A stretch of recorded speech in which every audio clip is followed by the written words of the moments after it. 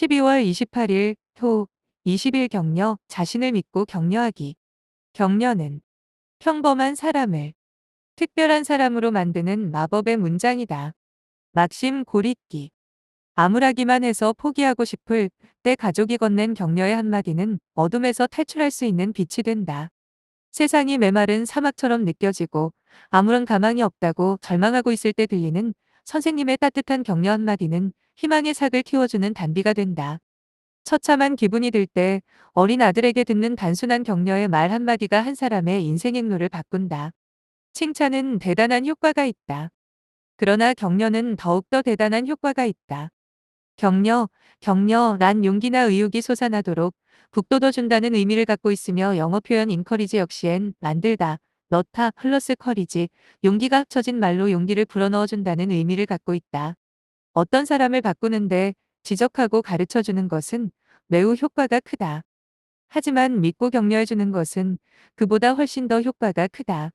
그건 자기 자신을 바꿀 때도 마찬가지다.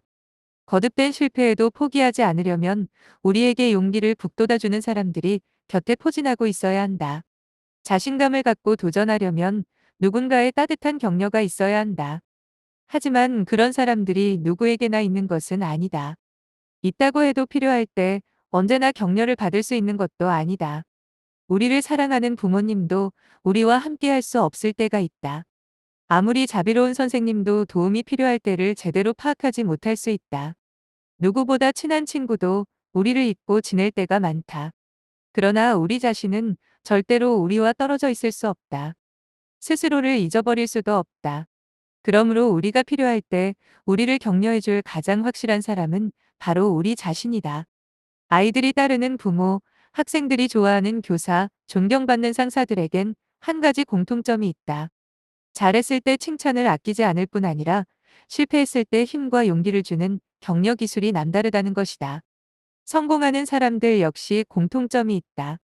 다른 사람들이 자신을 아무리 비난하고 과소평가해도 자기 자신을 평가절하하지 않고 스스로를 격려하여 용기와 힘을 북돋운다는 것이다.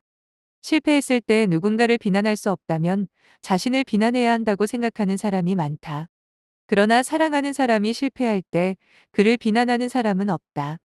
실패를 비난하는 것이 결코 새 출발에 도움이 될 수 없다는 사실을 알기 때문이다.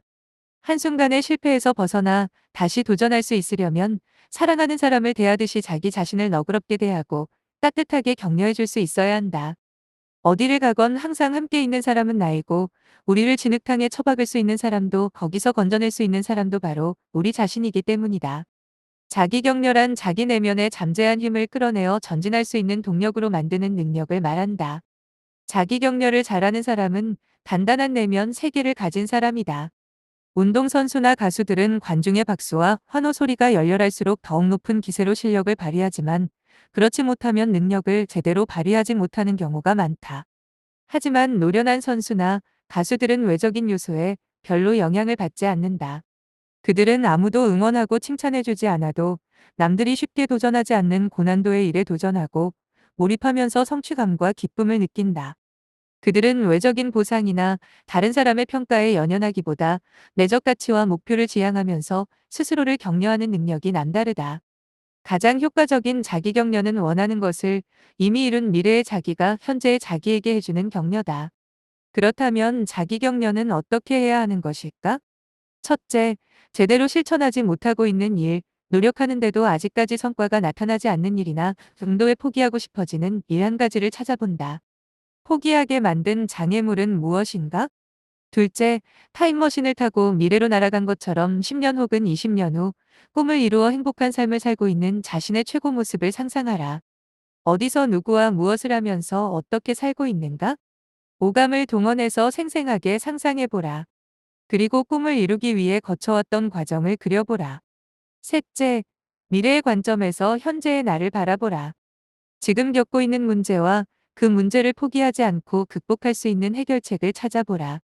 그런 다음에는 현재의 내가 다시 도전할 수 있도록 따뜻하고 진지하게 조언하고 격려하라. 타임머신을 타고 꿈을 이룬 미래로 가보라. 어디서 누구와 어떻게 살고 있을지를 상상하라. 그리고 꿈을 이룬 미래의 자기가 되어 현재의 자기에게 격려 편지를 쓴다고 가정하라. 아래 대학생 사례 참고 무슨 말을 어떻게 해주고 싶은가? 20년 후 50세인 일요일 아침. 감미로운 음악이 나를 깨운다. 고소한 커피 향이 집 안에 가득하다. 어제 내 강연회에 처음 참석했던 작은 아이가 엄마, 어제 강의 정말 멋졌어요. 라고 하자 큰아이도 사람들이 그렇게 많이 참석한 거 보고 정말 신기했어요. 라고 보탠다. 20년 전에 내 20대야. 많이 힘들지? 아버지는 사업에 실패한 후술로 하루하루를 보내고 엄마 혼자서 식당 일을 하며 식구들의 생계를 책임지고 있잖아. 너는 대학을 포기하고 돈을 벌겠다는 생각도 했지만 엄마가 말려서 일을 악물고 공부하고 있지?